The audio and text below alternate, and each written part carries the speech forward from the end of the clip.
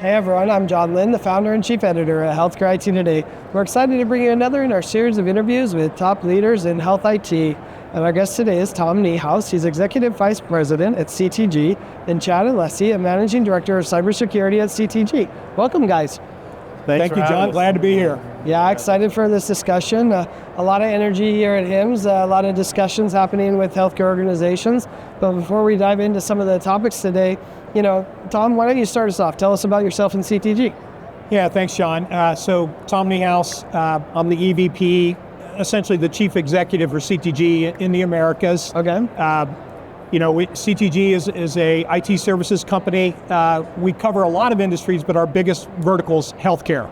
And that's my background, 40 years in the healthcare IT space. Most of that related to EHR and all the things that come with that. But we're now, as CTG, we're actually part of a larger company called Seika. Okay. Seika acquired us a little over a year ago. They're about a 10,000 person company based out of Belgium. They wanted a bigger presence in the US, so they purchased CTG.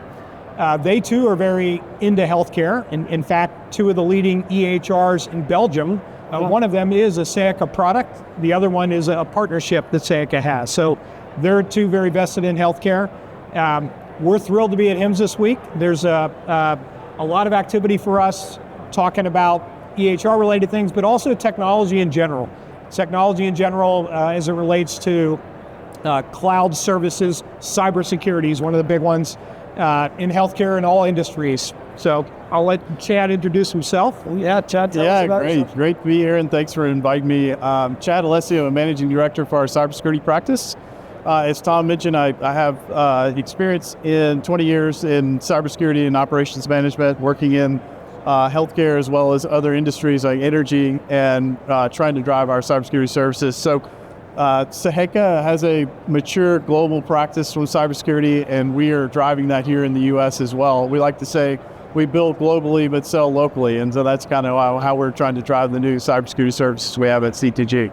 I love it. That's such an interesting perspective. And the reality is healthcare is a prime target for cyber attacks.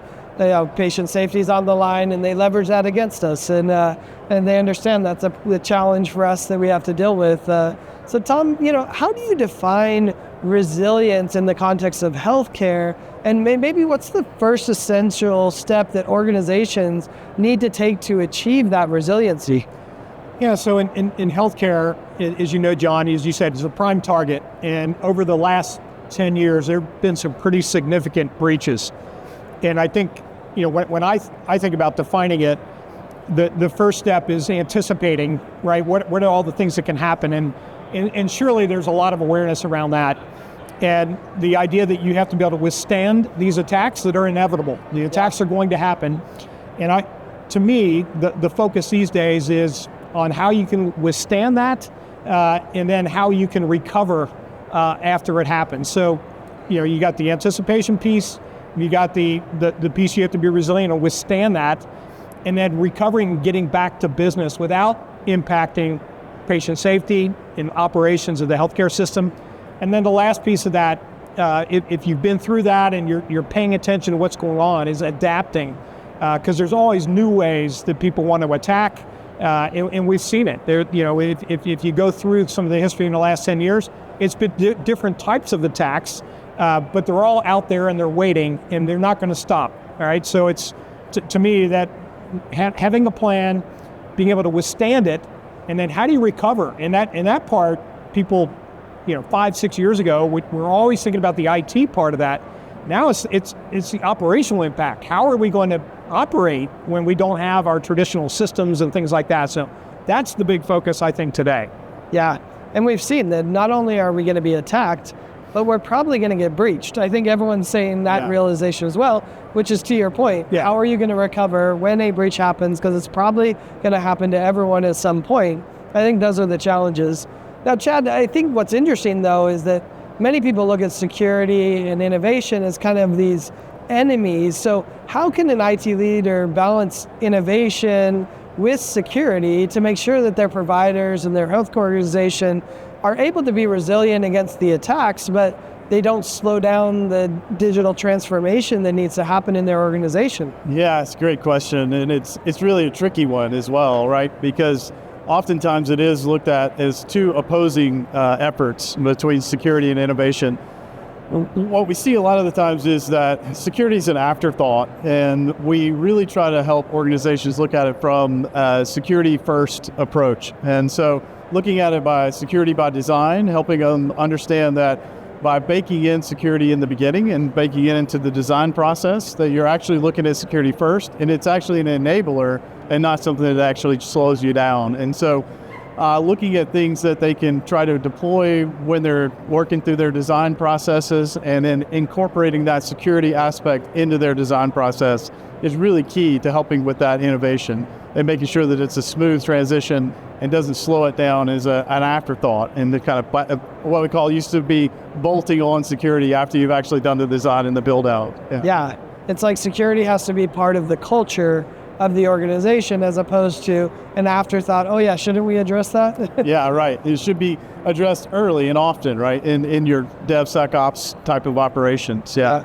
absolutely. Yeah. So Tom, what do you think are some of the most overlooked aspects of incident response and recovery planning when it comes to healthcare? And who should be responsible for that? Is it the CISO? Is it the CIO? Is it the CEO? Like, how do you kind of view who's responsible of implementing and executing it? Let me start with the responsibility part of that, because again, that has changed. I think if we'd had this conversation, certainly 15 years ago, 10 years ago, you would think about CISO, you would think about the CIO and IT in general, but it is way bigger than that. It really is cross-disciplinary, and it starts at executive leadership. So there has to be, I think, a good understanding and a commitment at the top. And then the execution of the technology side, of course, is still CISO and IT. But then that operational side is again, to me, where people have been exposed, right? You have to be able to figure out how are you going to survive? How are you going to get your business done? So that's all there. And the parts that get overlooked, one I'll single out up front is the testing piece, right? People think about security as kind of a checklist approach, right? Compliance, have we done this, have we done that? Let's check the box. You did your HIPAA risk assessment, now you're secure? Yeah, right. Yeah. Exactly, yeah, check that off. And perhaps not enough focus on real world understanding of the types of attacks and really taking a proactive approach to planning for it. Interoperability, of course, it is something we all, that's the kind of the holy grail here in healthcare. And it's an important part of how healthcare is delivered these days, but also brings vulnerabilities, right? So that's a big piece of it too. You think about all the kind of the IoT type technology that's made available today. There are different vulnerabilities with the web and all these different things. And I think people overlook all those different business associates and different players that are involved in this. So that's what I see. Some of the areas people miss. Interesting. Chad, we hear a lot about zero trust, right? Which is an interesting framework for trying to secure, various parts of the organization. Do you think we're making progress towards real zero trust adoption, or are most, organizations struggling to kind of implement it?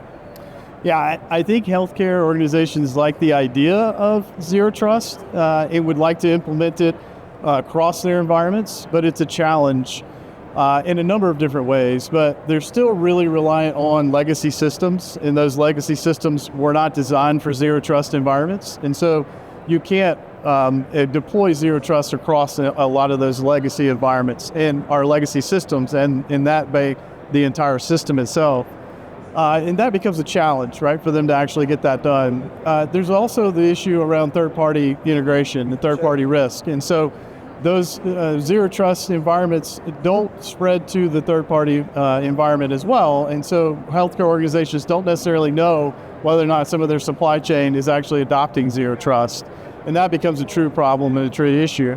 And then finally, they don't have micro or segmentation, even micro segmentation or segmentation at all on a lot of their networks, which limits the ability to really deploy zero trust across their systems. And that becomes a big challenge and a big problem. But with all that said, we are seeing adoption of zero trust. Okay. And we're seeing it in an incremental method where folks are trying to take little small bites, deploying it in areas that they can withstand zero trust environments, and then trying to deploy that in wider and wider, and then hopefully come to a situation where they're actually mature across their organization. Do you think we need regulation to kind of push things forward, or what's your view on that? Yeah, I think regulations can help. I think regulations can, obviously, and I believe that's something that we'll start to see, is regulations will start to come in and say, it's not just about the check the box type of activities. We're going to actually ask that you guys can prove and show that you can be resilient. And so how are you going to prove to us that you can respond and recover in a timely manner? And then you have to prove that, right? Not just say you can do it, but can actually prove it. And so having a zero trust environment and being able to prove that out and show that you have the segmentation, that you can truly have the access management that you need across those environments and limit the ability for these attacks to spread across the environment, that's really where the regulations can help out there. Yeah, I'm going to add to that. Again, if you look at the breaches that have occurred, some of the bigger ones are with organizations that are interconnected with everybody else. And so you may do the best job in the world in securing your environment. If the people you're doing business with don't, you're in trouble. So I think to some extent, some regulatory oversight is probably a good thing to protect everybody. Yeah. You know, I'm still struck by what you said, Tom, the fact that 15 years ago, I'll say it more blatantly, the CEO didn't care. Yeah. It wasn't part of the board meeting unless you'd had a breach, right? Like that wasn't part of the discussion. Yeah. And we've shifted in such a big way. Do you think the healthcare organizations are investing enough, or, you know, how do you see, you know, the executive leadership's investment in cybersecurity? It's certainly picking up, and I think they've got to find a balance, right? I mean, you've got to certainly understand your own environment, be able to map all your assets, understand, you know, even like clinical engineering comes into play, right? With all these devices and things like that. And you got to certainly understand your vulnerabilities, but then you've got to be able to look at what's the impact in my world if something happens, and then balance your investment, right? As we said, the attacks are going to happen, and you have to be able to invest enough to recover and be resilient, right? But finding that balance, I think, is key. That's awesome. Can I add to that too? I saw a statistic, and it was a couple of years ago, but it's relevant to our year in 2025, and that is Gartner put it out, and Gartner said that 70% of the boards of publicly traded organizations in the U.S. would have at least some experience of cybersecurity on their board. And so you're starting to see that and moving into 2025 and more leadership roles, particularly in the boardrooms, that are asking for those risk assessments, looking at the enterprise risk management. Are we accounting for that cybersecurity? And so when we talk about who's responsible for it, it's getting pushed further and further up in the organization and becoming a bigger problem. Yeah, even internally, right? So at CTG, of course, we do managed services for about 170 organizations. We advise on this all the time. Well, we have to kind of, as they say, eat our own dog food, right?